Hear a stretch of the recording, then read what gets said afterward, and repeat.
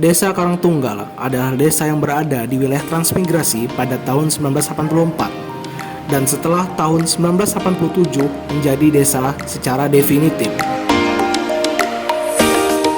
Penduduk desa Karangtunggal berjumlah 539 kakak dari hasil pendataan pada tahun 2020.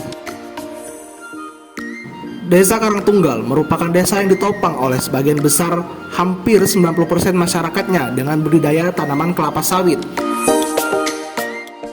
Pada masa sebelumnya, umumnya tanaman perkebunan yang diusahakan adalah tanaman karet.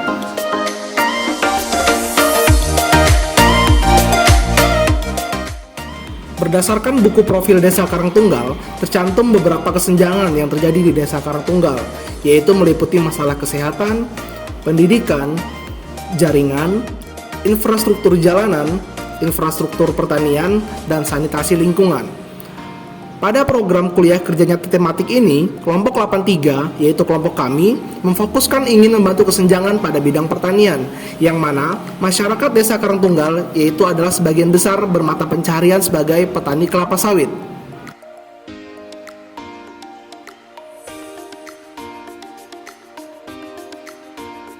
Beberapa waktu lalu, akibat adanya pandemi COVID-19, harga kelapa sawit sempat terjun bebas menjadi sekitar Rp750 per kilogram.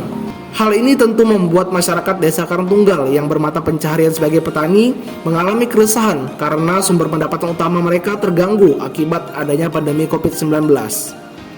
Adapun tujuan pengabdian kami yang dilakukan ialah membantu dalam percepatan program sertifikasi Roundtable on Sustainable Palm Oil atau sering dikenal RSPO.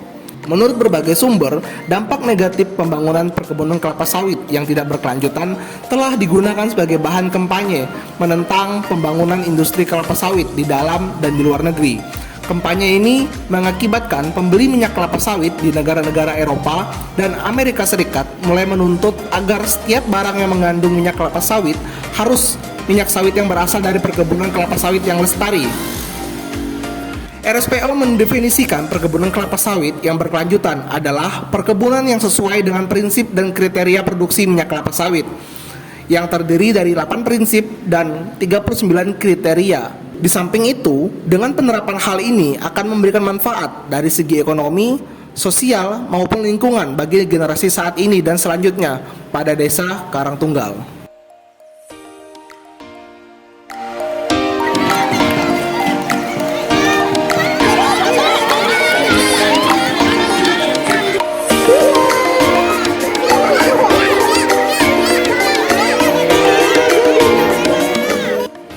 Menyadari banyaknya manfaat apabila berhasil tersertifikasi oleh RSPO, pemerintah desa mengajak kami, mahasiswa KKN kelompok 83, untuk ikut berkolaborasi, menyumbangkan pikiran dan tenaga untuk mengurus administrasi dan sarana yang menunjang skor kredit sertifikasi RSPO.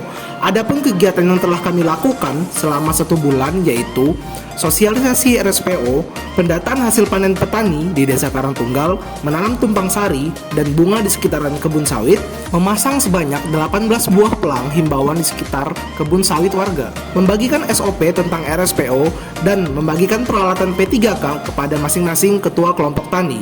Per tanggal 17 Agustus tahun 2022, bertepatan dengan Hari Kemerdekaan Republik Indonesia, KUD Tridaya melalui pemerintah Desa Karangtunggal resmi menjadi member RSPO dengan dibuktikan confirmation letter yang langsung dikirim RSPO melalui email.